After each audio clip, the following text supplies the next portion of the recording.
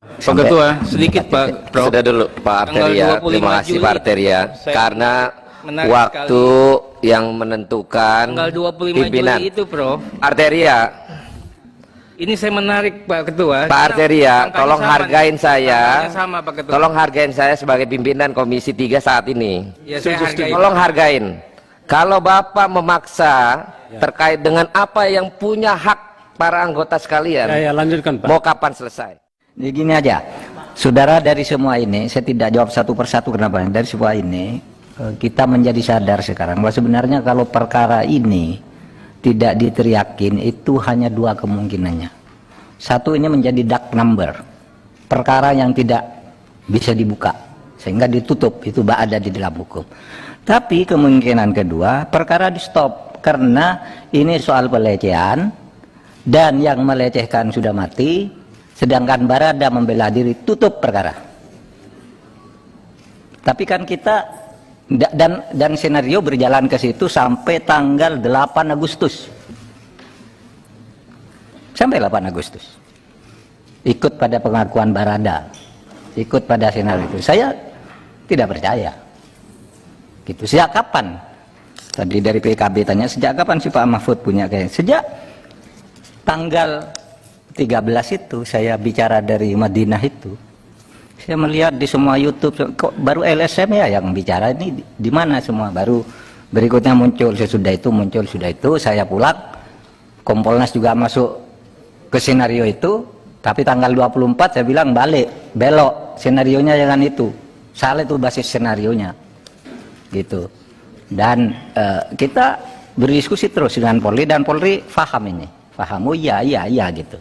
Bahkan senario pertama kan baru di SP3 beberapa hari lalu, sesudah Sambo mengaku lebih dari seminggu baru dicabut tuh perkara. Harusnya begitu Sambo ngaku tuh gugur, dicabut langsung gitu.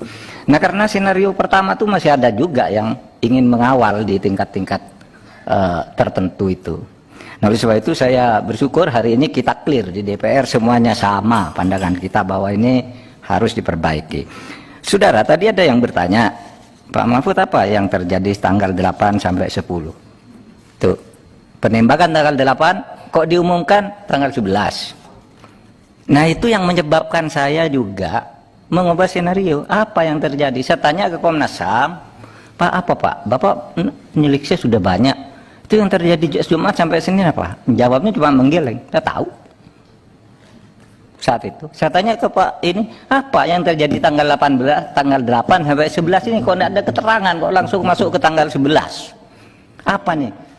Tanggal 10 sore, 8 sore, 9, 10, 11, apa tuh yang terjadi? Nah, baru ketemu sekarang kan, berdasar rangkuman video itu. Nah, dulu tidak ada, baru ini kan terbuka semua sesudah tanggal 8. Sesudah Barada bilang saya membunuh atas perintah. Tadinya saya membunuh sendiri, sekarang atas perintah, dan dia memberitahu siapa-siapa yang terlibat, besoknya tidak bisa ngelak, ngaku. Lahirlah di situ bayi itu, bayi tersangka itu. Kalau enggak ini jadi dark number itu, perkara yang hilang, yang tidak diketahui pada akhirnya. Senarionya kan begitu. Nah, saudara sekalian, sebab itu saya mengucapkan terima kasih bahwa difahami apa yang kami lakukan. Pak, soal Satgas 303 itu Pak, dan skema tentang skema tentang uang judi, uang ini, itu saya betul-betul tidak tahu, baru dengar itu ya sesudah terbuka tanggal 18 kan, itu baru keluar gambar itu. Sebelum itu sudah dengar di telinga, tapi bagi saya tidak ada kaitannya. Oleh sebab itu kata Pak Arsul Sani tadi, saya tidak akan masuk ke yang lain. Betul Pak Arsul, saya memang nggak ke yang lain dulu lah. Ini perkara dulu, soal judi, soal narkoba itu nanti urusan terpisah dari ini.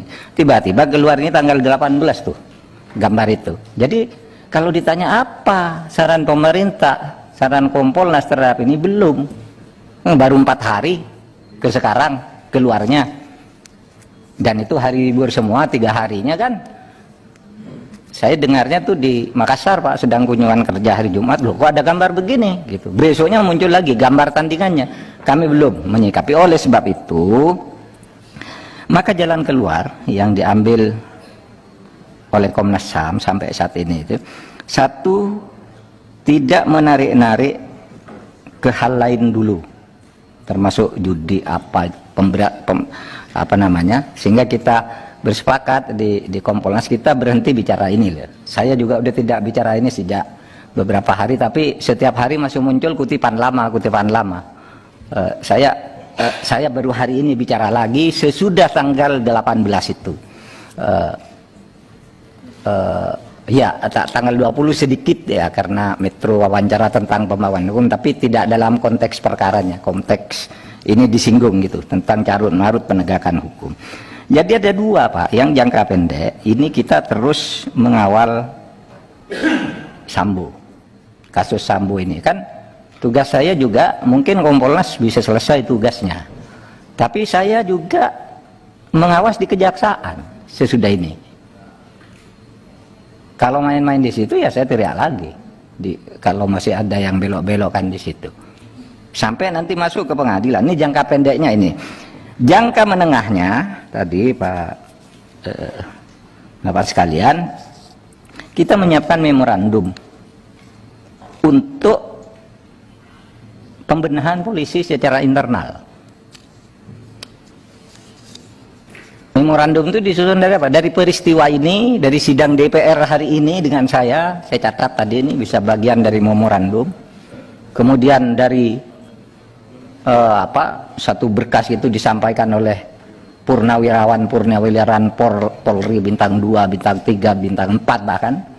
Kapolri masuk, itu semua jadi memorandum, tapi untuk pembenahan internal. Adapun kalau ada yang menginginkan, Kapolri harus di bawah menteri. Nah, itu agenda lain, itu agenda politik bapak-bapak. Kita tidak masuk terlalu jauh ke situ. Ya, nanti biar DPR itu urusan politik yang lebih berat jaringannya gitu. Kalau kita internal misalnya, organisasinya diperbaiki dong, itu reposisi dong. Ini jangan ke sini dan seterusnya. Itu nanti akan ada memorandum yang kami siapkan berdasar bahan-bahan ini. Tapi yang Sambo kita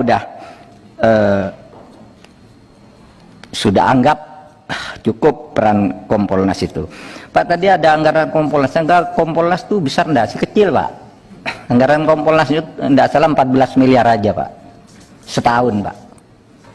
Itu sudah termasuk overhead. Gaji Kompolnasnya, pegawainya, mobilnya, biaya operasionalnya kecil. Jadi tidak bisa juga lalu ada apa-apa langsung ke sana. Kadang-kala kita minta sponsor ke BIN misalnya, yang punya dana penggalangan. Saya cerita, Pak, ini ada begini, kita perlu dana, tidak ada, Pak.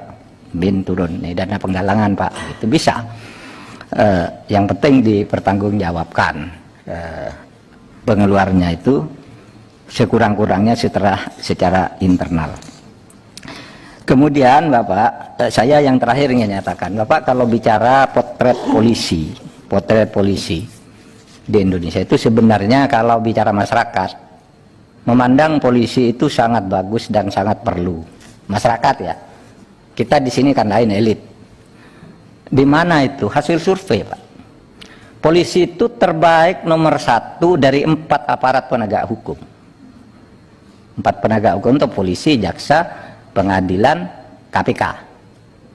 Yang tertinggi itu polisi terus. Tapi kalau institusi pemerintahan yang terbaik selalu nomor 1 TNI.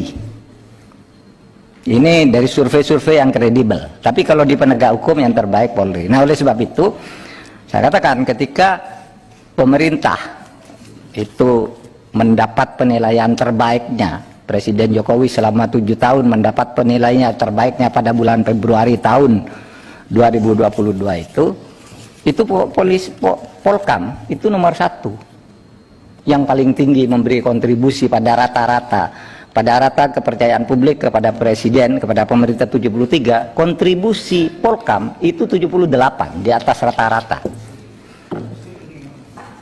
Itu lihat di harian Kompas Februari, 3 Februari tahun 2000, itu terbaiknya sepanjang itu. Jadi polisi ini penting gitu, bahwa ada masalah ini justru itu mari kita jaga sama-sama agar kebanggaan rakyat tadi Pak Trimedia dan yang bangga punya polisi kita jaga, kita kembali